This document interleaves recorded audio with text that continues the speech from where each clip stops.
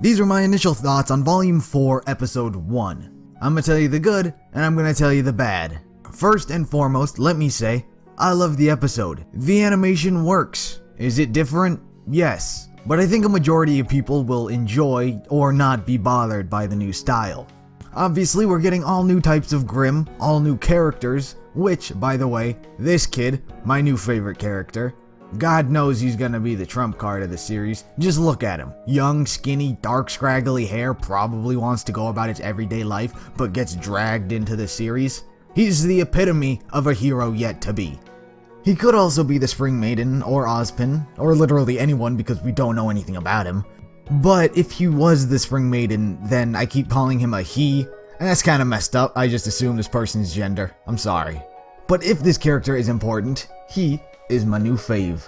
Another thing I liked about the episode is that the volume, if not other volumes proceeding afterwards, are going to be about the journey. The first 3 volumes were a lot of world establishing, character introductions. There was not much journey to be had. I'm excited to see the type of journey they begin. Also, the list of new voice actors is awesome. The immediate one that stood out to me was Christopher Sabat, Vegeta, Piccolo, Armstrong, Zoro. Yes. It's good to see that he's not playing a manly man. Unless this guy's Bane and grows huge, which then, I'm out. However, I said I would talk about the good and the bad. The bad doesn't mean I didn't enjoy it, more like constructive criticism.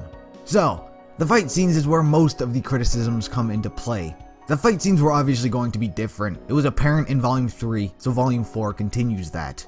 But that's not where my problem came into play. Everything just felt too floaty. The characters seemed to be in the air for too long. They jumped as if they were Power Rangers jumping into their Megazords. And the bullets were weaving back and forth. RWBY as a show has typically obeyed the laws of gravity, motion, inertia, and so on. When each of their weapons were being wielded, it felt as though they had the weight and oomph that it should. A bullet would shoot straight, and a grenade would arc. Now everything's all over the place as if it's trying to keep people's OCD from getting bored and preventing them from clicking off the video. If something wild and crazy is happening, it tricks your mind from getting bored. Perfect example are game theories videos. Just look at how often things are happening and changing so it keeps your attention. Now it just looks like the weapons don't have the power and weight behind them as they used to feel like.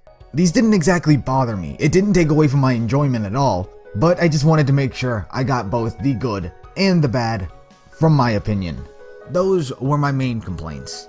Obviously they follow multiple anime tropes, the biggest being when you're fighting a character who's bigger and stronger, and when all else fails, just hit it harder. Just keep hitting it until it stops. You see it in One Piece, Dragon Ball Z, My Hero Academia, Naruto, any fighting anime. It's just whatever at this point. I wasn't excited about it, and I didn't exactly hate it. But all in all, I really enjoyed it very much, and I love the journey vibe that I'm getting. This premiere was one hell of a way to kick off the season. I did wait for the episode to come out, which is why you see all the clips. I could use screenshots for small impression videos like this one, or I could do a combination of both screenshots and webcam. Let me know what you think. Would you want small impression videos for every episode? If so, would you want to wait for the episode to come out on YouTube and use clips? Or would you rather me do a face cam? Probably wouldn't use screenshots, honestly. Or if I did, they would be very minimum. Let me know what you think, and I'll see you in the next video.